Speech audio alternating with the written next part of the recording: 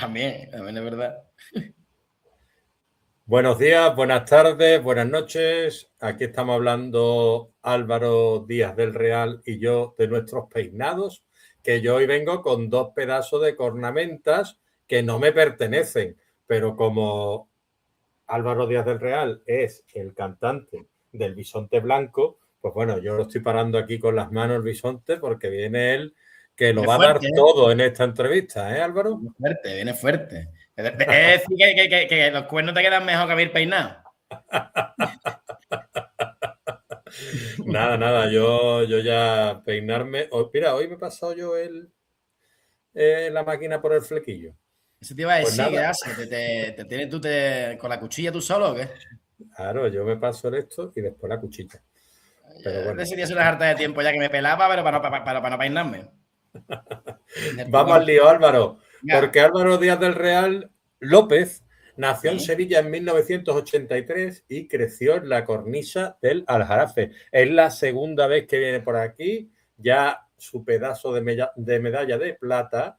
Él estudió económicas en 3 países, trabajó en comercio exterior y encontró en la música la puerta de entrada a la escritura. Ejerce como letrista y vocalista de El Bisonte Blanco, pero antes también ha sido cantante y compositor de NAV3. de nave ¿Cómo se dice 3, eso? Nave de nave 3, 3, Campito Fresa también, un campito que fresa, por son supuesto. bandas de rock alternativos con base en Madrid. Yo Bisonte Blanco lo he estado escuchando estos días sabiendo que te iba a entrevistar y la verdad es que me ha gustado. Tiene, lo que me gusta son los títulos, ¿no? Que están ya escogidos bien, ¿no? Con ganas. ¿Lo de las canciones te refieres? Sí, Sí, bueno, ahí al final yo qué sé, esto está guapo en verdad, porque normalmente tú haces la letra, pero no sí. sabes qué título tienen. Y eso es una labor que es grupal. Yo escribo las letras, pero después cuando llego, yo no sé escribir canciones, yo escribo cosas. Y entonces cuando yo tengo un escrito, llego al grupo y vamos haciendo la composición y yo digo, mira, pues este verso funciona con este verso, hace rima con este y esto puede funcionar de estribillo. Y normalmente al final pues siempre se saca del estribillo, ¿no? El nombre de la canción. Creo que la semana que viene creo que sacamos un single nuevo que se llama, y un vídeo guapísimo que ha hecho mi compañero Juanjo, el batería, que se llama Tiempos Inciertos. Tiempos inciertos, porque todos tus títulos o todos vuestros títulos de Bisonte Blanco son bastante distópicos, ¿no? Y yo qué sé, tío, yo crecí con la psicodelia, ¿sabes? A mí me gusta, ya lo hablamos la otra vez, a mí lo que me gusta es el rock psicodélico, los Doors y eso, ¿no? Y en realidad esta canción la saqué un poco de una época en la que que me vi abocado y forzado a vivir en Aranjuez, que es un sitio precioso y maravilloso, pero en el que para mí era un poco todo extraño, ¿no? Y normalmente cuando voy a sitios donde nuevo, lo que hago es tomar tierra, ¿no? Y las cosas que me gusten, pues que me gustan las machaco, y en ese caso, pues machaqué a los Doors. Y como no, el Strange Days, ¿no? El disco y el tema, ¿no? Y de ahí me surgió la idea, tío. Estaba ahí yo fumándome un cigarrito por la ventana y preguntándome a mí mismo, ¿qué cojones hago yo en Aranjuez, ¿no? Y me encontraba cosas muy raras porque volvía a lo mejor en el tren y me conocía un nota y me tomaba... Claro, pues yo estaba abierto a todo y me iba a tomar una cerveza con él, porque cualquiera que me diera un cigarro, que me diera, pues yo me moría con esa persona, simplemente por el hecho de charlar un poco, ¿no?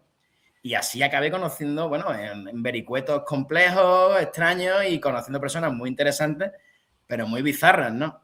Que seguramente ellos pensaron que el loco era yo. No, pero está muy bien, porque yo estaba escuchando el grupo, tío, y sonáis muy bien, pero me gusta mucho tu voz. No me esperaba yo que tuvieras una voz tan chula, tío. Y yo, pues muchas gracias, mi trabajo me ha costado, ¿eh? Mi madre siempre me decía que yo tenía un oído aquí y otro en Pekín, la hija puta. Pero se Esa que equivocaba fue, por para los lo que no que sean veo, ¿eh? andaluces, en este país, que No, el hijo yo, puta es normalmente nosotros. sí, yo no le veo, yo no le voy a llevar la contraria a tu madre, pero yo me gusta mucho cómo cantas, cómo lo haces, tiene una voz Gracias, muy tío. fina y me gusta, tío, me gusta ese tono que le das a las canciones. Y bueno, Sí. como decía, Bisonte Blanco, venimos a hacerle aquí también un poquito de publicidad porque la merece, lo podéis encontrar en Spotify. Y en 2020 él publicó, hablamos de estas obras en su anterior entrevista, Instrucciones para ver un fantasma, que era un diario de viaje por Bielorrusia, porque aquí el señor que tenemos delante ha viajado bastante y has estudiado también en 3 sitios diferentes. Cuéntanos eso. ¿Cómo ha sido eso, Álvaro? Todo lo mismo. No te vayas a pensar, eso es para vacilar solo. Eso es todo para vacilar. Estudié en Holanda, en Italia y en Sevilla, pero estudié economía. Lo que yo quería era que me gustaba una harta no trabajar. Bueno, Y entonces pues, lo que hacía era estirar las becas y tal. Contaba. No, hombre, no. Bueno, me gustaba mucho, siempre me ha gustado mucho viajar y hablo francés, hablo italiano, hablo inglés. Entonces me gustaba, bueno, pues para poder afianzar idiomas y tal, pues siempre era uno de mis objetivos y me dedico hoy en día al comercio exterior, que es lo que me da de comer. Porque los libros y la música no dan de comer. Eso te lo puedo asegurar ya. Te y os dan movéis por alegría, el te dan ganas de mapa, ¿eh? vivir. Os movéis por todo el mapa español. ¿Con Bisonte ahora? Sí. Sí, tío, cerramos Zaragoza gira dentro de poco, ¿no? en Zaragoza el viernes. Tocamos en la Claro. Ley Seca. En Zaragoza este viernes hemos estado en Coruña, en Santiago, en Sevilla, en Gandía, bueno, aquí en Madrid y cerramos creo que en Badajoz, creo, a falta de que Fe- sí, de que salga alguna cosita más por ahí. Fecha de Pero sí. kilómetros. Pero bueno, eso, en realidad lo estudiaba por curiosidad y porque me gustaba conocer otras culturas y aprovechando que tenía la capacidad y bueno, había becas y pues, al final pues las ganaba y tal, pues lo que me dio ese impulso y, joder, ha marcado muchísimo mi vida. De hecho, siempre cuento que empecé a cantar cuando volví de Italia en 2010. Yo tampoco llevo tanto tiempo cantando. Bueno, ya ahora sí, son 16 años. Bueno, Ahora sí. Pero que no he cantado de siempre, que no es como gente que ha bueno, cantado toda la vida. pero lleva tus añitos. Hombre, Y ya ahora bueno, con la sí. composición y siendo letrista, pues normal que tú quisieras también darle tu toque. En 2024 publicaste Underground, que es una novela sobre la escena underground sevillana y una generación que organizaba raves, para no Sí. pensar en la crisis, básicamente, que es lo que hablábamos nosotros en nuestra anterior entrevista, que aprovecho para que la gente le eche un vistazo porque es la mar de nutritiva y hablamos de muchas cositas chulas de tu pasado, vamos, de las cuestiones Sí. y de las cosas que tú organizabas que te gustaban tanto, ¿no? Hostia, aparte, ya lo hablamos la otra vez, me marcó la vida para siempre y de hecho, además, el libro ha sido, joder, un acicate, ¿no? Para creérmelo un poco y para seguir escribiendo porque, hostia, pues 2 ediciones que no me lo esperaba y sobre todo me ha permitido pues conocer gente tan guay como tú y a otros escenarios, empezar a dar a entrevistas por ahí y a podcast. Gracias a eso he hecho un curso de radio y podcast y empecé con la historia, he empezado un podcast ahora que se llama La Arbonaida, que es sobre cultura, historia andaluza y folclore. Y bueno, pues sí, pues el underground la verdad que me ha abierto la puerta a intereses o espectros de mi conocimiento o de espectros de mi interés que estaban latentes y que no me atrevía a dar el paso a hacerlo y gracias a él pues, hostia, pues me he atrevido y he emprendido ese camino que me aparta del nihilismo, que es la verdad, es lo que te digo. Si yo tuviera nada más que pensar que en mi trabajo todos los días, la verdad que hace tiempo que hubiera acabado con esto. Hace tiempo que hubiera acabado con este Imagínate, invento. ¿eh? Yo soy un nihilista de raíces. Pero, bueno, pues gracias a Underground, te digo, de poder creer un poco en la escritura, pero no como medio de nada, como medio de salvarse a uno. Sí, a uno mismo y eso es lo que demuestras también, porque hoy estamos de enhorabuena, hoy vamos al turrón o más bien al jamón, ¿no? Siendo de la zona esta que tú eres, vamos a ir a la fresita, no, al jamón, vamos a ir al jamón O a la caña y, de lomo, yo soy más de caña de lomo, ojo. hombre, la caña de lomo no hay que respetarla también, ¿eh? Eso, Entonces, vamos a ir a la caña de lomo mejor porque estamos aquí, porque estamos de enhorabuena. Ahora llega el señor Álvaro Díaz del Real y nos presenta una nueva novela que se llama No se muere solo una vez. Y yo he estado indagando un poco, investigando, Duri Editorial 2026 y estamos ante una novela, tú corrígeme si me equivoco, 164 páginas de autoficción sí. sobre dependencia emocional masculina. A mí esto me fascina porque es una cosa que hablo yo en muchos programas y me gustaría tratar contigo también. y están narradas por Gael, que es un periodista de 40 años, que un día se da cuenta de que fue, en el mejor de los casos, Una una dosis dosis útil. útil para alguien. Y yo me temo que estamos ante un libro incómodo, ¿no? Sobre algo de lo que los hombres casi nunca nos atrevemos a hablar, ¿no? Sí, bueno, inicialmente me gustaría decir que yo no me quise posicionar de ninguna manera para hablar de la dependencia emocional, ni de la vulnerabilidad, ni ninguno de estos aspectos. Yo lo que simplemente fue pues, aprovechar un periodo que tuve en mi vida en el que, pues, por desgracia o ahora ya afortunadamente, pues viví una serie de vicisitudes y de situaciones personales que me llevaron a sitios muy oscuros, ¿no? Sobre todo relacionados en el ámbito de la pareja, y entonces yo no era consciente de que había todo un universo en el ámbito de la psicología que ya hablaba de esto. Entonces, en el periodo que duró esa relación, pues uno cuando está metido en sitios no se da cuenta de que está metido en sitios. Son los demás, o tocas fondo, o son tus seres queridos, tus amigos, y sobre todo mis amigos, en este caso en particular, que por eso a los 3 que le dedico el libro, los que me enseñaron el camino para decirme, oye, no vas por el camino indicado. Y cuando finalmente pues, tuve los arrestos de ponerle fin, empezar a ir a terapia y empezar a leer mucho, ¿no? Porque para mí los libros son terapia. Porque pues, me di cuenta de que poniéndole nombre a las cosas que le suceden a uno, al menos en mi caso, es mucho más fácil superar. Yo una palabra que odio mucho, porque ya todo el mundo va a terapia, todo el mundo sabe un montón de cosas de esto, es la manida palabra del duelo, ¿no? Una cosa que yo la verdad que detesto, ¿no? No me gusta hablar de eso, pero sí de traumas, ¿no? Y cuando me di cuenta de que todo ese trauma que yo de repente había atravesado tenía fases, tenía un nombre, tenía apellido y tenía esta dirección y código postal, pues decidí hacer como un compendio de los conocimientos adquiridos, juntarlos con 2 años de escritos en picos de disonancia cognitiva, por ejemplo, y de profunda desesperación, con viajes que yo había hecho, que, bueno, pues, afortunadamente me gusta y tengo la posibilidad de viajar. Todo eso lo metí en la costelera y lo que se me ocurrió fue hacer esto, ¿no? Que se llama No se muere solo una vez, que lo que habla es de un pobre hombre, solo, solitario, en el que la soledad le lacera el bazo y el vientre, y el único modo que encuentra de paliar eso es agarrarse a cosas que le hacen más daño que la misma soledad. Lo que pasa es que él no es capaz de verlo, ¿verdad? No es Me capaz de parece a verlo. mí, me Inicia un parece a proceso mí de autodestrucción, ¿no?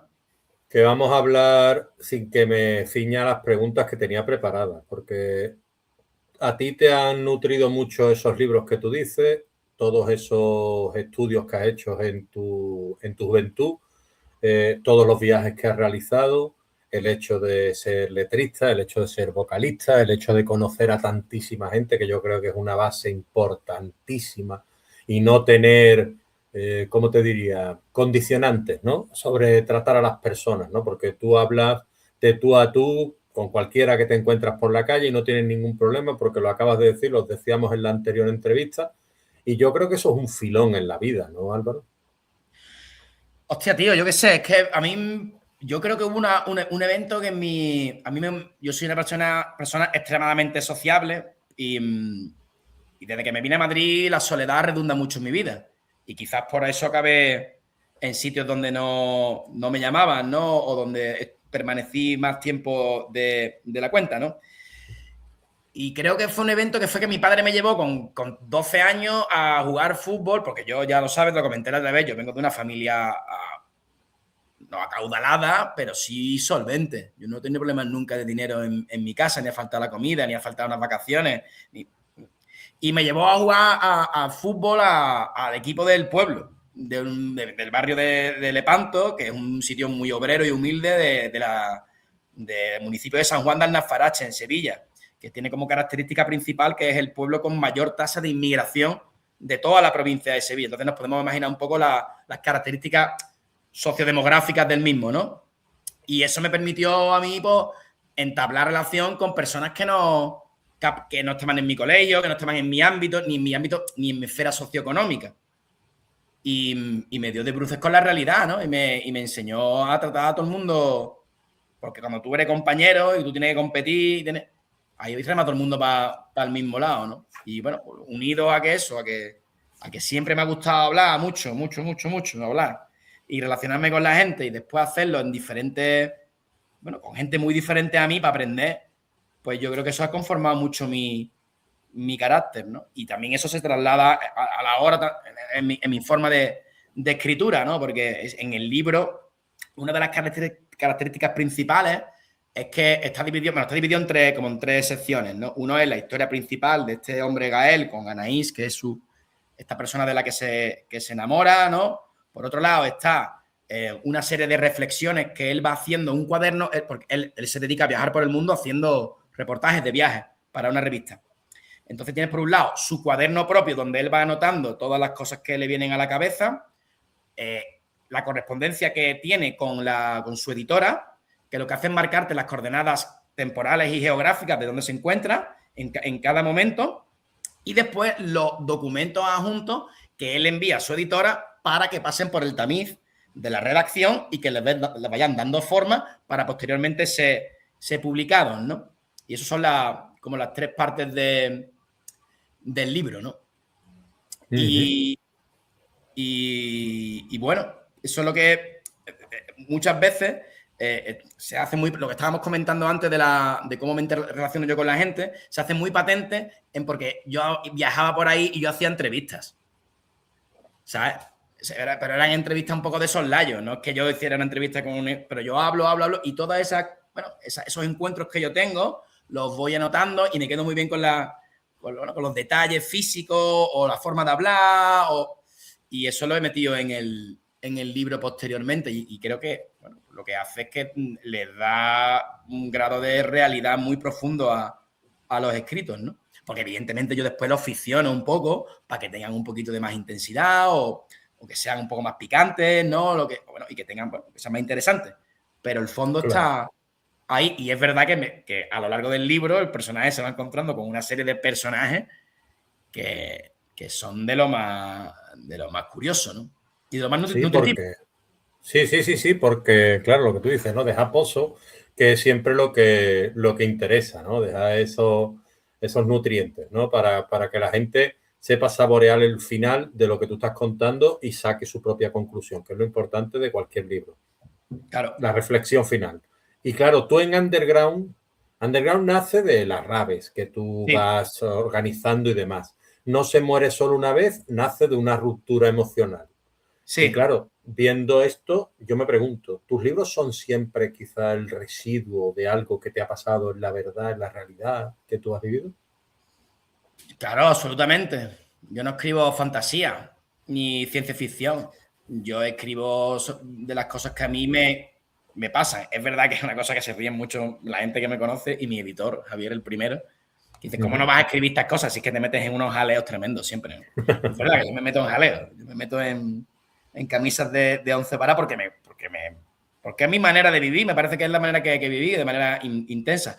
¿Qué es lo que ocurre? Que después esas experiencias son las que yo cojo, las paso por él también un poco de mi mente para conformar una realidad nueva, ¿no? O un escenario nuevo, pero siempre están basados en experiencias mías, siempre. No van al 100%, evidentemente, pero son digamos, la arquitectura, ¿no? Los cimientos del libro siempre son mis experiencias personales, ¿no? Claro que sí. Y la dependencia emocional masculina es un tema, Álvaro, que casi no existe en la literatura escrita por hombres. Y yo eso me he enterado. Yo es que no tenía ni idea. Mira, aquí venimos a hablar siempre con sinceridad y toda esta idea fue de mi terapeuta, ¿no? Yo empecé a ir al psicólogo porque estaba jodidísimo, estaba hecho una puta mierda, ¿sabes? No voy a decir que depresivo porque depresivo es otra cosa, ¿sabes? Depresivo creo que es una enfermedad mucho más seria que un bajón que tiene porque te ha dejado tu novia, ¿no? Las cosas como Pero es verdad que una de las cosas que aprendí más potentes es que el cerebro, cuando nos relacionamos con una segunda persona o una tercera persona, está programado para depositar confianza en un mundo marcado por la entropía, el caos y la incertidumbre, para depositar confianza en esa persona que creemos que amamos y nos ama, ¿no?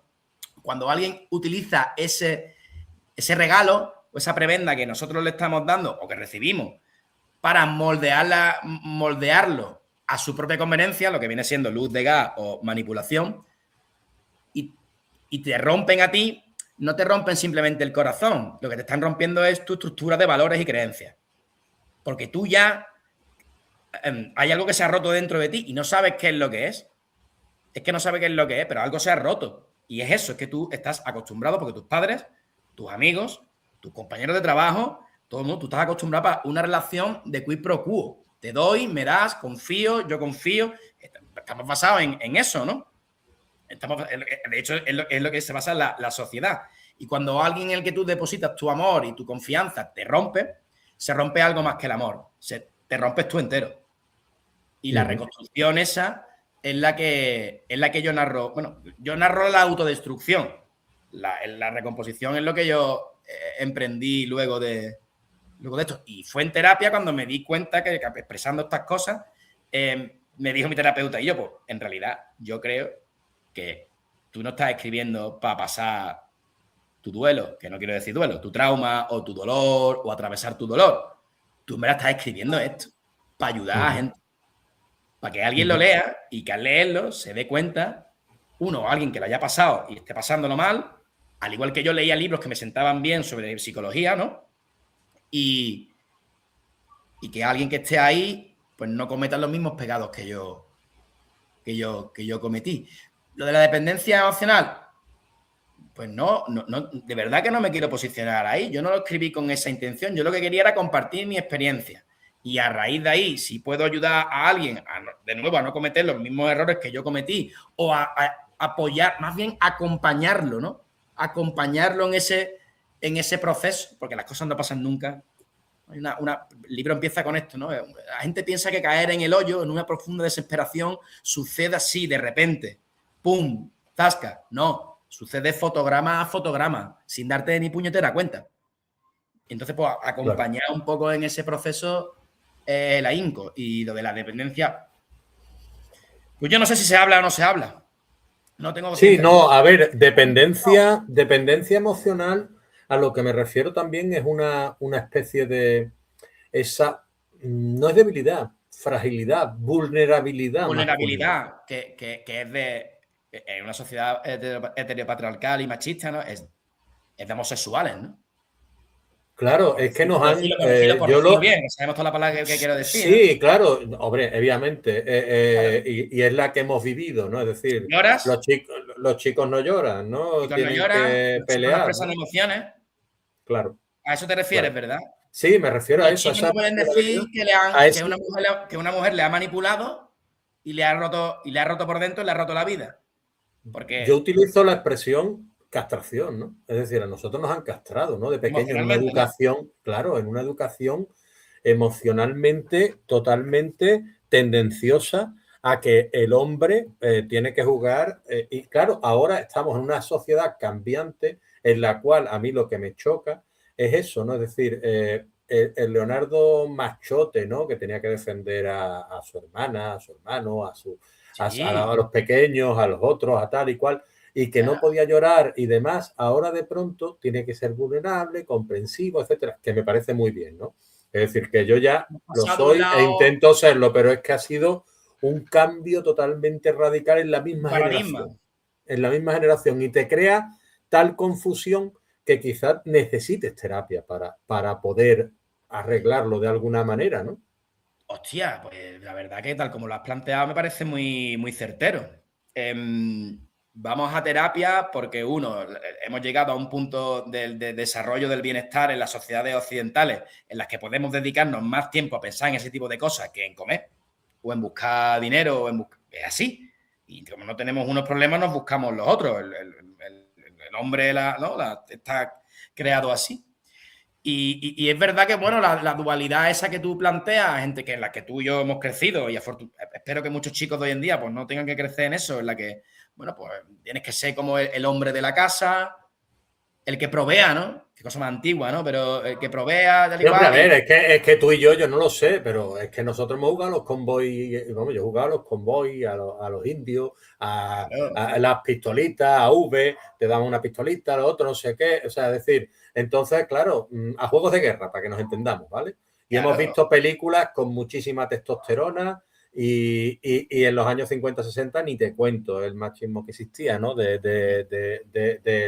lo que es las películas y demás y de pronto pasamos a la tendencia woke, ¿no? Es decir, a lo que llega a un punto que desde mi punto de vista, es decir, no quiero expresarlo, pero casi que chirría, ¿no? Dices tú, hombre, a ver, vamos Es excesivo, dices a tú, que poner a lo los mejor, puntos. ¿no? Claro, la ley del péndulo, Álvaro. Es decir, el péndulo estaba aquí y de pronto está aquí. Es decir, entonces yo creo que a lo mejor tendríamos que orientar Bueno, el yo péndulo un ahí, en poquito. realidad, tío, yo siempre me he posicionado con las grandes revoluciones, ¿sabes? Es verdad que a mí hay debates que me superan, porque no tengo una edad ya, porque tengo una educación, ¿sabes? Y hay debates que me superan. Lo que sí tengo claro que los mayores cambios en la historia han venido a través de gente transgresora y revolucionaria y de pedir mucho más de lo que Bueno, inicialmente tú ahí querías. Entonces, te tengo que dar la razón. claro, Eso te entonces tengo que dar en la un razón. proceso que tú puedes estar más de acuerdo, menos de acuerdo, que no sé qué, pero o pides o asaltas los cielos, apropiándome de aquella famosa frase que utilizó Pablo Iglesias y creo que viene de Gramsci, ¿no? Creo que la cogió. O intentas asaltar los cielos o te quedas en el barro. Entonces a mí no me preocupa eso en exceso. Me preocupa Muy que bien. siempre existen a todo movimiento con una fuerza, ¿no? Y una energía determinada, creo que era, esto en principio de Newton, si no me equivoco. Viene otro de igual calibre y fuerza, que es lo que estamos asistiendo ahora. Entonces, todo lo ganado, tranquilo, se va a colocar. Se va a Sí, colocar porque claro, viene una oleada que nos va a lo poner. que me preocupa a mí, ¿sabes qué es?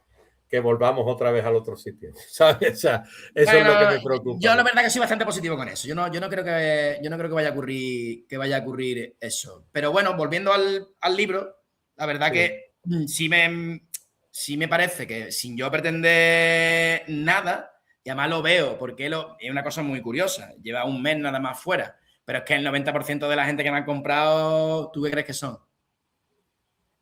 De Hombre, lectoras. Son mujeres. mujeres. Pues yo pensé que eran hombres como tú y como yo, que creíamos Y pues va. a mí me interesa mucho ese libro firmado y ya te pediré que me lo envíes. Claro que sí, te lo envío. O me he pagado, ojo, pero a lo que me refiero me interesa mucho y me interesaría mucho y la cuestión es que, claro que entiendo que las mujeres quieran leerlo, por supuesto, pero creo que el interés existe en los hombres que Yo consideramos creo que que esa también. vulnerabilidad Yo creo que deberíamos también. asistirla, ¿no? Y que necesitamos algún tipo de asistencia, por no llamarlo ayuda, en algunos aspectos de saber aceptar y tratar ciertas cuestiones Y yo, claro, tú no lo llamas duelo, Álvaro, pero realmente no digo que sea un duelo concretamente, pero sí que es verdad que una ruptura sí lleva a la depresión. ¿sí lleva qué disculpa? A la depresión. Me puede llevarla, por supuesto que sí, claro que sí. Te Y lleva quizá a lo mejor lo tuyo fuera a la desesperación. un pequeño desajuste, ¿no? Claro. Porque Que es un te llevó a desajuste escribir incluso, este libro. químico. O Claro, sea, claro, correcto. nosotros tú produces orgánicamente. Ahí, ¿cómo se dice, coño? La heroína. Endorfina, quizá, o No, la heroína, coño, ¿cómo se dopamina, llama? dopamina. No, la heroína tiene. La Bueno, heroína, bueno, no sé. ahora lo busco. Ahora la buscamos, Y ¿no? sigue tú hablando. Y tiene.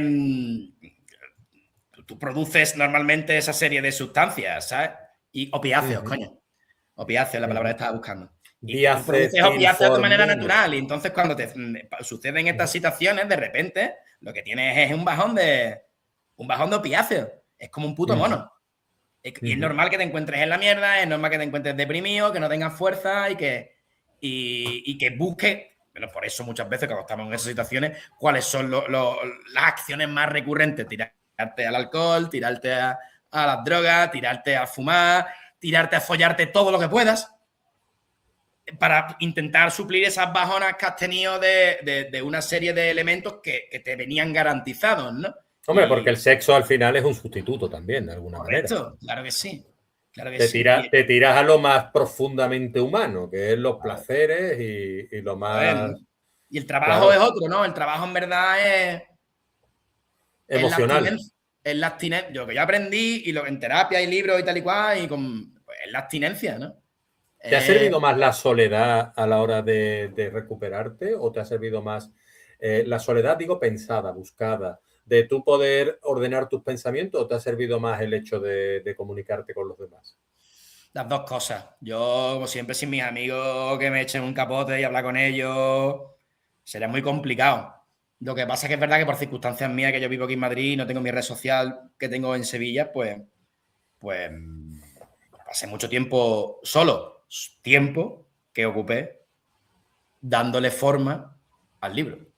Perfecto, porque el libro se describe como autoficción escrita desde la tripa, desde las entrañas. Y yo, pero hay una cosa muy guapa, en verdad, que era como que en los 2 años estos que yo estuve sumido en esta relación de carácter tóxico sin yo saberlo, pues fui escribiendo cosas. Cosas que están tal cual en el libro. Cartas que nunca envié, poemas, escritos, reflexiones, que van todas en el libro. Y, hombre, le he tocado un poco para que queden mejor. Pero claro, no están exentas de estricta veracidad. Y yo eso lo vi y dije, hostia, tío, esto tiene... Cuando pasó, yo lo escribí y yo no quería eso ni leerlo. Por mí lo hubiera quemado. Por mí lo hubiera quemado, porque muchas de aquellas cosas, si me las creía de verdad, no podría hacer otro loop para volver otra vez. Porque, ¿sabes lo que te digo? De volver otra vez y caer otra vez y recaer otra vez y recaer otra vez. Y cuando mi interés principal siempre fue recaer otra vez. Y para contar un tipo de temas como este en concreto que te ha ocurrido a ti, ¿tú crees que hacen falta más páginas, menos páginas o en tu caso concretamente 164 páginas? Ya, yo lo elegí, ¿O podías haberte extendido más? Yo lo elegí así, yo quería una cosa cortita. Corta, con ideas muy claras, sucintas y que llegaran, porque ahí se trabaja mucho término psicológico que yo quería meter. Y entonces era necesario reducirlo para su perfecta comprensión. A mí me gusta mucho escribir con cultismo y hacer pensamientos abstractos que en Underground abundaban en exceso y haciéndolo excesivamente barroco. Y en este, junto con mi editor Javi, pues lo hablamos en plan de, tío, esto tiene que llegar. ¿Y cómo llega? Con mensajes claros, facilitos y en terminología futbolística cortita y al pie. Como dijo Di Stéfano, ¿no? Claro, ¿sabes? No me haga rabona ni me haga tacones para las ferias. A mí, entonces, pues eso era la. Entonces, lo más guapo para mí es que está escrito en pleno fulgor. Todo está escrito en pleno fulgor de la experiencia que yo viví. Lo que es, el libro está conformado después, la organización y la edición. Y todo, ahí ya son meses después, con la cabeza fría, vamos a montar un libro. Pero los escritos, eso está escrito en el momento. En claro, 3 de la mañana, levantarme y yo sabía ya que yo ya no me iba a dormir más. La cabeza fría. Tú coges esos escritos con la cabeza fría, habiendo superado, ¿no? Este momento de tu vida nunca, o habiéndolo, bueno, superado, entiéndeme, habiéndolo porque los transitado, habiendo los transitado el dolor y pudiendo enfocarlo desde un punto que no fuera tan doloroso. Exactamente, porque la palabra superar, de superar ciertas cosas no se puede. Se puede hablar de sobrellevar, ¿no? O lo que tú dices, transitar. Ahí tiene la razón el libro. Es que el no se muere solo una vez se refiere a que hay partes de tu alma, partes de tu corazón que algunas veces fenecen y quizás algún día brote de nuevo. Pero hay otras que cuando te pasan determinadas cosas que nunca van a volver a crecer. Nunca van a volver a la vida. Y cuando tú revives cuando tú revives todo eso al recoger esos trozos, esos fragmentos de papel, todos esos folios, esos documentos, esos dos cuadernos, ¿no es una manera de caer de nuevo otra vez en ese pozo? ¿O? Hombre, claro. Inicialmente, ¿Y tuviste miedo antes de coger todo eso? ¿O? A mí me hacía daño cada vez que leía esas cosas. Y de hecho, la estricta verdad es que cuando empecé el proyecto del libro, es que era lo único que me mantenía unido a esa relación. Era lo último que me quedaba. Y era otro artilugio. El libro, el personaje del libro, él es escritor y tiene una tremenda creatividad. Pero la creatividad que tiene jamás la emplea para hacerse la vida a él mejor. La creatividad la emplea solo y exclusivamente para hacerse cárceles y jaulas de cristal a medida para sí mismo. O sea que Gael no es nada práctico a la hora de lanzar la cortita y al pie. Él es más malabarista de las emociones. No, Gael es un funambulista de la supervivencia. Pero en espacios, en cárceles que él mismo ha creado, pero muy pequeños, y que los barrotes no hacen sino que menguar, ¿no? Yo creo que va un poco con las emociones, es decir, nos creamos nuestras propias cárceles para revolcarnos un poco y para encerrarnos en nuestro propio mundo para de alguna manera hacernos daño, ¿no? Y las mentiras que nos contamos, ¿no? Son la primera, ¿no? Las mentiras que nos contamos a nosotros mismos son los barrotes de esas cárceles. Eso es así. Hay una cosa que te quería comentar de antes, que es como que, hablando otra vez de la cosa de la masculinidad esta, ¿no? Yo en verdad estuve muy preocupado durante mucho tiempo porque yo no quería hacer que, como por ejemplo, que esta mujer, ¿no? Esta es la protagonista del libro, ¿no? Que es, bueno, una de ellas, que es Anaís, está Gael, está Anaís, que es esta chica, fuera como la mala. Y qué malas son, ¿no? Qué putas son las mujeres, ¿no? Qué putas son y qué malas son y qué es lo que... Yo estaba muy preocupado con eso. Yo lo que quería poner el foco, en realidad, eran dos cosas. Uno, el proceso de obsesión. A mí lo que más me rayó de todo este sitio es el grado de obsesión que yo alcancé a tener. El cómo yo perdí parcialmente la testa, ¿no? Y la mente, ¿no? Es cómo podemos obsesionarnos con cosas y degradar nuestra vida sin siquiera darnos cuenta y no poder renunciar a ello, aun siendo conscientes de que estamos cayendo por un pozo, ¿no? Pero también quería hablar de que yo en realidad lo que hablo es del alma humana, independientemente del género. Si pero te daba miedo que se te malinterpretara, ¿no, Álvaro? ¿Qué? Te daba miedo que se te malinterpretara. Claro, me daba miedo de que la gente que lo leyera, sobre todo las mujeres, pensaran, viste ¿sabes? La ha dejado una novia y se cree que se ha acabado el mundo, ¿no? Y no es eso. No es eso. ¿Tiene eso que ver con la sociedad en la que vivimos? Por supuesto, ¿no? A ver, los procesos de escucha en los que yo... Es un proceso de escucha en el que yo estoy también inmerso, ¿no? Hay cosas de la sociedad que son manifiestamente desiguales y que para mi parecer no cabe debate y que los hombres, si de verdad creemos en la igualdad y queremos a las mujeres que están a nuestro alrededor y la del mundo, pues tenemos que aceptar que hay cosas que son asimétricas. Y tenemos que luchar. Y tenemos que luchar. Yo no me voy a poner ninguna bandera de nada, pero por lo menos apoyar las causas que luchen contra eso, ¿no? Yo solo... Entonces me preocupaba que se viera así, pero cuando lo pasé en plan beta, no me lo comentaron, es al revés. Me hacían hincapié en ese proceso de paulatina obsesión, destrucción y arrinconamiento mental que tiene y de locura que alcanza el protagonista, que es donde yo quiero poner el foco. La otra le hace la vida imposible, pero que él no le va a la zaga. Cada vez quien está más colgado.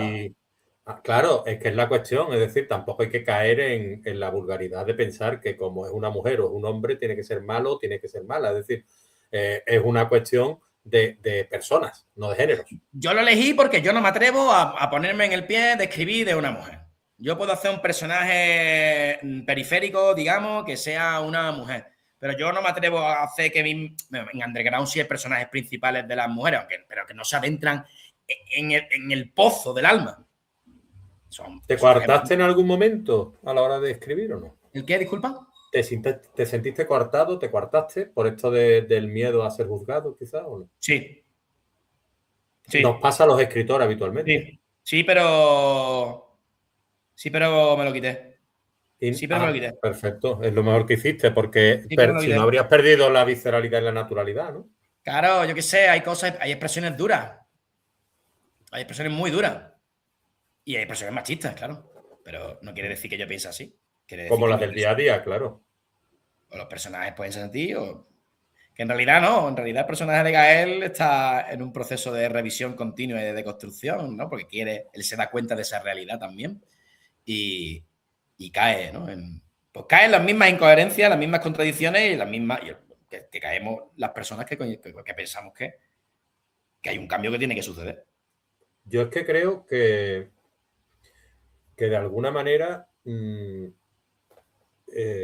hay que presentar ciertas cuestiones, ¿no? Y hay que hablar como se hablaba, ¿no? Yo lo digo muchas veces, tengo un relato en el cual un esclavista va buscando a un negro que se ha escapado de una plantación y habla despectivamente del negro, ¿no? Es decir, entonces, claro, yo pensaba, uy, la gente se va a llevar la mano a la cabeza, se va a creer que yo soy racista. Vamos a ver, eso es un personaje, claro, como habla en la época y como era la época. Y yo creo que hay que representarlo tal y como ves tú la sociedad de hoy en día, y tiene que ser así, ¿no? Es decir, si tú crees que estamos en una sociedad machista, pues, o que este personaje en concreto es machista, tienes que representarlo de esa manera. Claro. Bueno, él es machista en tanto en cuanto hijo de su sociedad. Exacto. Pero es que hasta las personajes mujeres... La persona más machista que he conocido en mi vida es mi abuela. Y Gael dice que el memento mori miente. ¿En qué sentido miente ese memento mori? Bueno, no, el memento mori dice que te recuerda la locución latina, que te recuerda que tu condición mortal, que algún día morirás, ¿no? Lo que pasa es que yo establezco como otra tesis, ¿no? Que es que sí, claro, puedes morir y vamos a morir. Pero eso es una defunción física. Yo cuando la alegoría que utilizo en el título, que después se desarrolla la tesis durante la novela, es que se puede morir un montón de veces más. Hay momentos que estás en las cimas de la desesperación que tiene que sentir como, joder, que es que incluso la muerte puede ser un alivio. Claro, yo he estado en la Lo recuerdo, me lo contaste otra vez. Estamos hablando claramente, yo he estado en el fango, en la profunda mierda, y yo considero que nació 2 veces. Claro.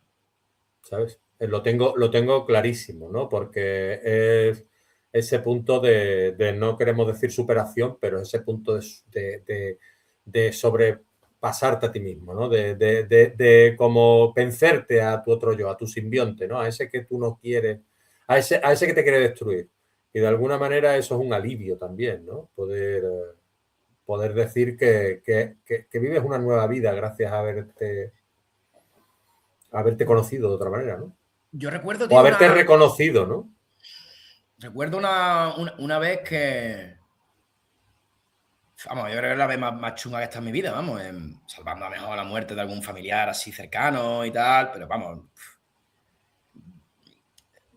Era la despersonalidad... Y lo de la muerte viene también, me surgió de ahí, ¿no? Que era como la muerte de tu personalidad, de tu yo anterior. Yo estoy seguro que yo he muerto una vez. ¿Sabes? Pero no era ni de morir ni de dolor, era de que yo ya no me reconocía a mí mismo. Me habían hecho tantas triquiñuelas, me habían manipulado tanto, se habían vertido tantas cosas sobre mí, y que yo mismo ya, es que yo no me reconocía a mí mismo. Yo ya no sabía quién coño era, ¿no? Que es una de las canciones, por cierto, de Bisonte Blanco, que se llama ¿Quién soy?, ¿no? Y ese proceso en el que tú ya te das por... que tú no te reconoces en el espejo. ¿Qué mierda me he convertido, tío? Y qué difícil es cambiar, ¿verdad? Amigos, de salir... Nada de lo que hacías anteriormente te genera placer o sosiego. Sosiego es más importante incluso que el placer. Porque lo que tú buscas es tranquilidad. Ni leer, ni escribir, ni hacer deporte. Yo estaba ya yo ya no sabía ni viajar.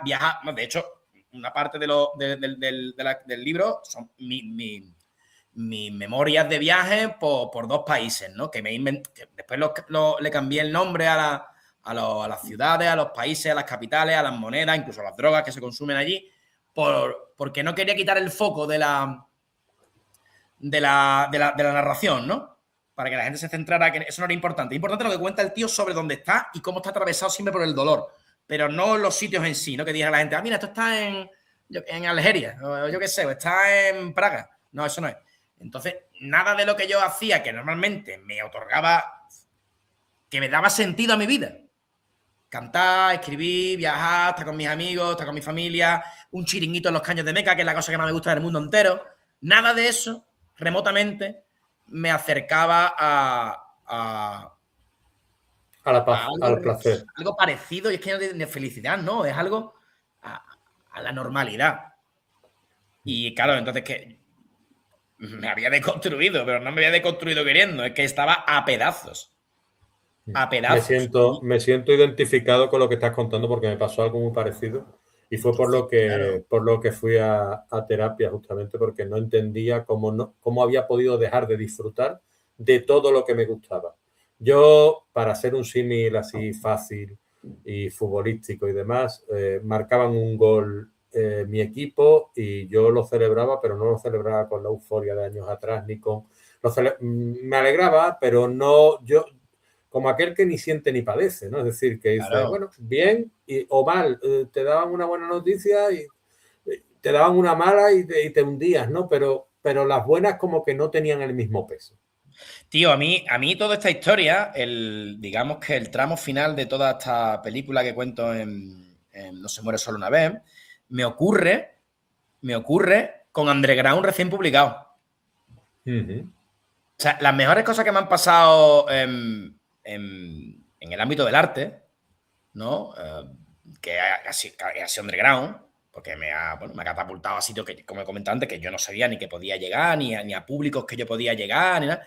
Todo eso me pasó en el mayor boquete que he estado en mi vida.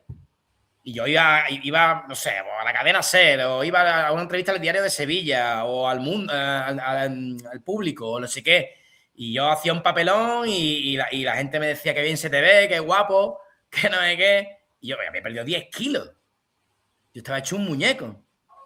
Y joder, el no poder disfrutar de las mejores cosas que te pasan en la vida, ¿no?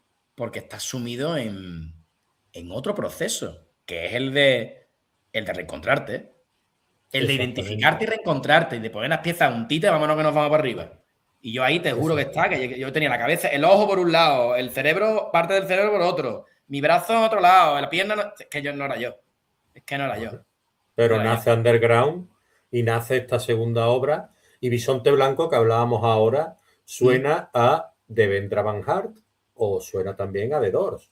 A MGMT también suena Bisonte Blanco. Sí, hombre, tú sabes que yo soy de los Doors a muerte. Pero Devendra, me hace ilusión que mencione a Devendra, la verdad. Me gusta bastante. No es que lo escuche demasiado, en una época de mi vida lo escuché bastante, y en la época primigenia de Bisonte sí que lo utilizábamos bastante como para salpimentar el universo creativo de la banda, ¿no? Muy bien. Pero bueno, ya...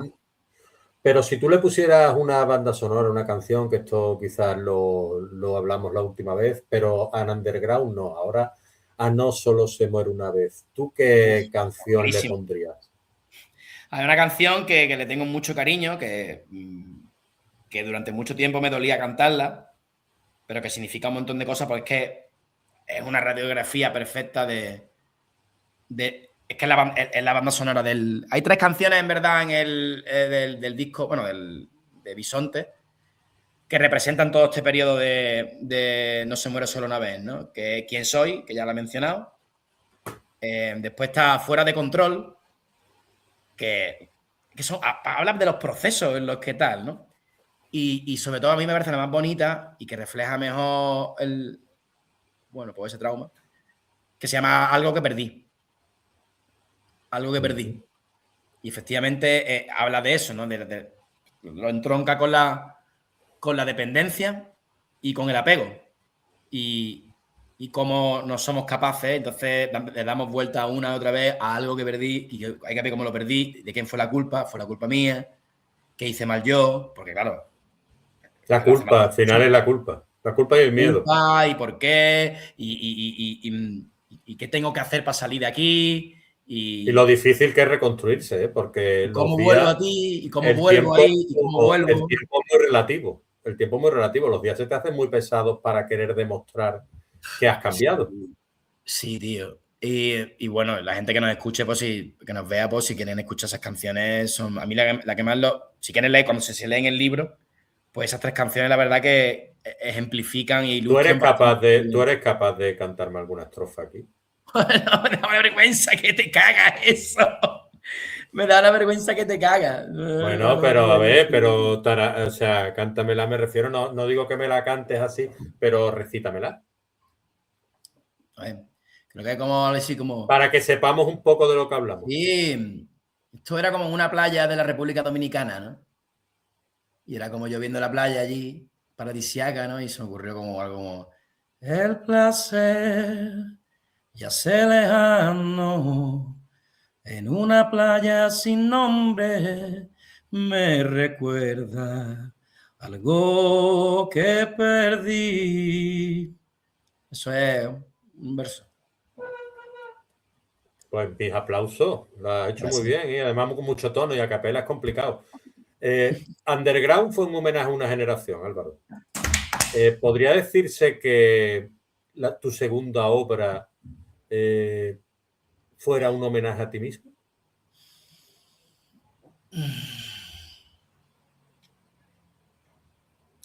No sé si un homenaje a mí mismo, pero desde luego no es a mí mismo, pero sí a una época que he vivido. Es como que es importante, para mí era importante poner una pica en el camino, ¿no? Y decir, Guillo, esto ha pasado y me dedico a escribir. La casualidad. ¿Qué mejor forma que se quede en la posteridad que siempre me recuerde a mí aquello que sucedió para no volver? Y como te lo he comentado antes, a mí de las cosas más bonitas que me están pasando con el libro es gente que se lo lee, que ha pasado por procesos parecidos y me escribe. Sí, sí, Mujeres. es interesantísimo. Mujeres. Te digo, es que Curioso. son mujeres. Y yo me pasó esto con un nota, con mi marido, con mi novio, con un capullo, hijo de puta, machista que conocí, con no sé qué, empatiz. Hay una cosa que me dijo una chavala que se llama Aranza, de Asturias, que se leyó el libro y me escribió.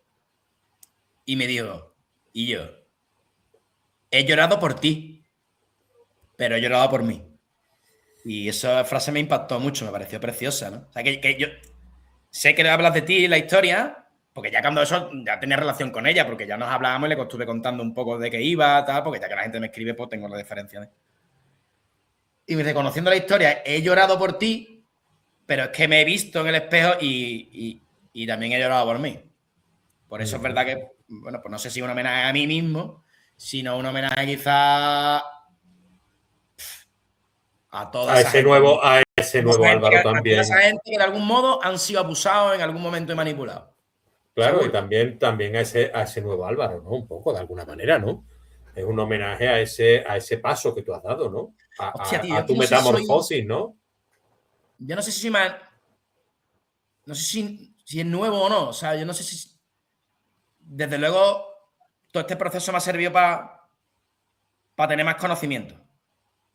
Yo sé más cosas de la vida y del amor. Has crecido. Y hay cosas malas, pero también había un montón de cosas buenas, que también las cuento en el libro. Sí, había un crecimiento, ¿no? Había un momento en el que yo me creía poseedor y guardián de las llamas de Prometeo. No, ¿qué es lo que se cree? ¿Eso qué significa? ¿Qué significa? Bueno, de que tú eres el poseedor de una verdad única, que es el amor absoluto. Que tú sabes lo que es, porque tú lo estás viviendo. Y que nadie más es capaz de. Ni sabe de lo que tú no sabes de lo que estás hablando. Y bueno, Pero también es bonito alcanzar esas cimas. Claro, la movida de estas relaciones tóxicas es que te mueves en la cima y en la cima. Y tanto eres Prometeo como eres Caronte. Allí con el barquito en el Hades. ¿No? Sí, totalmente. Es la dualidad de las relaciones. Deseando que llegue alguno al que llevar y que te cuente sus penas. Entonces, claro que ha sido una mierda, pero que también he vivido cosas de una intensidad tan grande que ahora en mis nuevas relaciones, por ejemplo, no me voy a privar de obtener o de buscar. Para que vean. Sí. Me han enseñado una cosa que yo ya, por ejemplo, yo no soy capaz de vivir de otro modo, que no sea así, con esa intensidad. Ahora lo busco, intento que esta vez sea más sano, ¿no? Tú has escrito 3 libros en generaciones y en géneros completamente distintos. Un diario de viaje. No te creas, yo siempre hablo de viajes. Viaje, novela generacional y autoficción.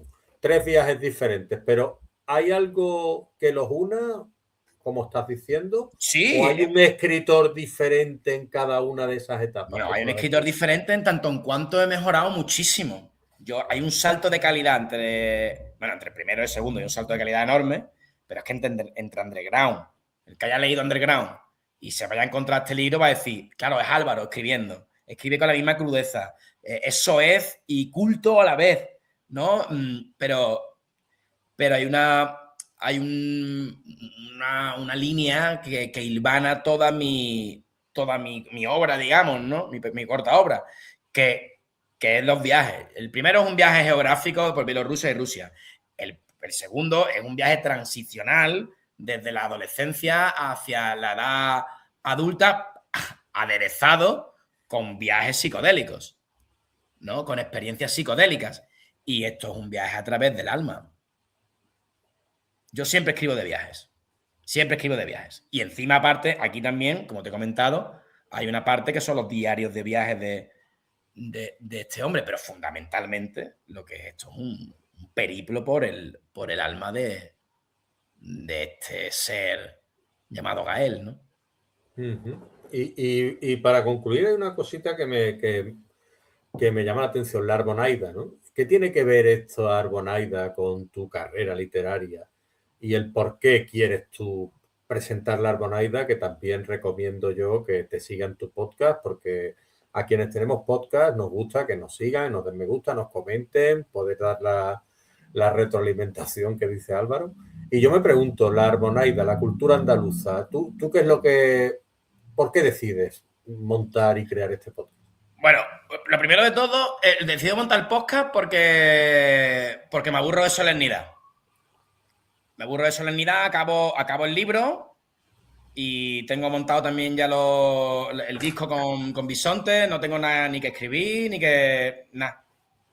Y tengo tiempo libre en invierno. Y digo, coño, ¿por qué no hago de una de mis aficiones, que es la historia y la música, y las combino? Y entonces pues hago el podcast. Esa es la explicación de por qué hago el podcast, ¿no? Aprovechando que hago un curso de podcast y radio y hay que hacer como un piloto y tal. ¿El por qué sobre música o historia andaluza y folclore? Bueno, porque yo llevo mucho tiempo militando en el andalucismo. Llevo desde, no sé, 17 años, 18 años militando en el andalucismo y creo fervientemente que a nosotros, los andaluces en particular, como pasará en otras partes del Estado, como Extremadura, como Murcia, como Castilla-La Mancha, nos enseñan una historia que es una fracción de la misma. La casualidad que la nuestra en particular es que es una de las más ricas que hay. Que al andaluz, por ejemplo, ¿no? Y eso no se trata en los libros. Yo la historia andaluza la tuve que estudiar por mi cuenta. Porque pasan de los romanos y a los reyes católicos en una página. 700 años. 700 años en una página y media. Que es el momento histórico, el único momento histórico en el que Andalucía es punta de lanza del mundo, del conocimiento. Con Córdoba, con Granada, 700. Hemos sido más tiempo el andaluz que España. Y eso nos lo ocultan. Y a mí eso me saltó de primera. Yo me di cuenta de eso. Y entonces me estuve formando por mi cuenta. Entonces, Claro, la Arbonaida, hay gente que la no escuchará y no sepa lo que es. La Arbonaida es la bandera de Andalucía. ¿Y Significa, te lo qué cuentan. significa para ti la bandera de Andalucía? Bueno, lo que significa La estrictamente, Arbonaida, ¿verdad? porque para ponerle el título a tu podcast, la Arbonaida tiene que haber un significado Porque mayor la gente no detrás de sabe todo. ni siquiera que su bandera se llama Arbonaida, que significa en mi pequeña patria. Esto me lo enseñó Antonio Manuel, el escritor, que le entrevistó en el segundo episodio. Y la gente sabe que la señera es la señera, ¿no? Que la icurriña es la icurriña, como que son naciones, y nosotros tenemos toda la cultura, toda la historia y toda la identidad del mundo. De hecho, nos han copiado nuestra identidad para utilizarla como la propia del Estado, cuando no es verdad. Entonces, como yo creo que ha habido una suerte de hurto cultural, que lo siga habiendo, pues bueno, es un modo de reivindicarlo y de ponerlo en valor, tío. Creo que la bandera de Andalucía, la de los omeyas blanca y verde, fue la primera en el siglo XII en ondear en toda Europa en una alcazaba en Almería. Joder. Y lo dijo del Nido Benavente, presidente del Sevilla, perteneciente a Fuerza Nueva. Cuando el Sevilla jugó la Copa del Rey en Madrid. Tío, que no me lo invento. ¿Sabes? Entonces, bueno, yo, como me gusta, me apasiona mi tierra, pues, y mi cultura y mi historia, en general me gusta la historia, pero bueno, pues decidí aportar mi granito de arena para que aumentar el conocimiento sobre nosotros mismos, ¿no? Que es fundamental. Al igual que hemos hablado llevamos todo el tiempo de cómo conocernos en nuestro interior, pues somos la herencia que recibimos, ¿no? También cultural, identitaria. Pues bueno, pues ¿Y qué te parece que haya? ¿Tú crees que ahora hay un resurgimiento, un incremento, una evolución de la literatura andaluza y de alguna manera que nos sintamos orgullosos de escribir sobre nuestras ciudades, sobre nuestra provincia, de ambientar nuestras obras, como he podido hacer yo con El Zumbido, como has podido tú hacer con tus Rabes Custodio, Underground, ¿no?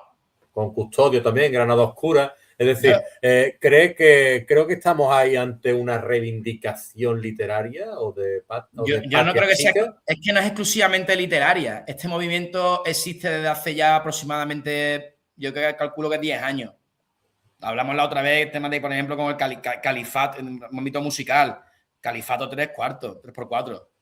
¿Sabes? Yo he estado aquí en Madrid y he visto cómo iban a las ventas con un discurso nacionalista andaluz. Chúpate esa. Cuando eso hace unos años era de cateto. ¿Dónde van los andaluces esto? No sé cuánto, no sé qué.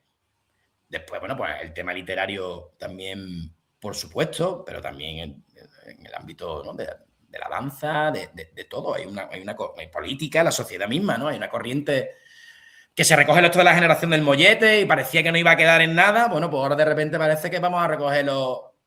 Que nuestra aspiración no es como la de otras partes del Estado. Si nosotros no queremos ser independientes ni nada de eso, nosotros nos gusta, pues no va en nuestro ADN ser independientes de nada. O sea, Ha el que ha mencionado pasado los de Andalucía se ha molletes, quedado. y me he vuelto loco, Bárbaro. Me has Claro. sacado de la conversación el La mollete. conversación, un mollete de la de Antequera ahí. Qué rico, y con salmorejo. Qué bueno, Quillo. Muy bueno. No, la verdad es que es lo que estás diciendo. Es decir, yo creo que de alguna manera estamos recuperando lo que es nuestro. Claro, ya está. Otros tío, han pasado los romanos, han pasado los fenicios, han pasado los griegos, han pasado los castellanos. Se han quedado, todo el mundo han pasado los almorávides, los musulmanes, y nunca se ha hecho. Los romanos se hizo la Bética, y la Bética era un régimen, perdóname, una región independiente, autónoma de Roma, porque aquí no hubo casi ni que pelear. Entonces aquí, guau, nosotros no tenemos aspiraciones de independencia, pero, hostia puta, que no nos vengan a decir que lo nuestro no es nuestro, ¿no? Y que no luchemos por ello, ¿no? Y que no nos sintamos orgullosos. O que nos digan que esto es español. No, no lo es. Pues ese tuyo te lo dejo, pero esto es andaluz. Esa es mi premisa. Me parece perfecto. Álvaro Díaz del Real. Instrucciones para ver un fantasma. Un diario de viajes por Bielorrusia. Underground. Novela sobre la escena underground sevillana y una generación que organizaba raves para no pensar en la crisis. Y ahora viene con No se muere solo una vez, de Duri Editorial. Te agradezco muchísimo la honestidad, la conversación que hemos tenido, el pequeño debate que hemos tenido y el respeto y que se pueda hablar contigo y tienes las puertas abiertas de mi experiencia como escritor para cuando tú quieras y estamos en contacto y ya sabes que ojalá escriba muchas horas para tener conversaciones contigo como las hemos tenido hoy. Tío, yo qué decirte, si las 2 veces que he venido aquí he estado más a gusto que en brazos, ¿sabes? Un sitio donde se puede hablar libremente de todo y sin tapujos. Encantado, tío. Muchísimas gracias a Pues, ti. pues muchísimas gracias y nos ponemos de acuerdo a ver cómo me hace llegar esa obra, que me interesa mucho la temática que Mañana has tratado mismo se en lo digo a esta. la editorial, te la envío. Nada, venga, pues nos ponemos de acuerdo, ¿vale, Álvaro? Venga, un besito Yo, tío, Leo, gracias. y a cuidarse. Y escuchar la Arbonaida, escuchar Bisonte Blanco y leer los libros de Álvaro. ¡A cuidarse! Adeu.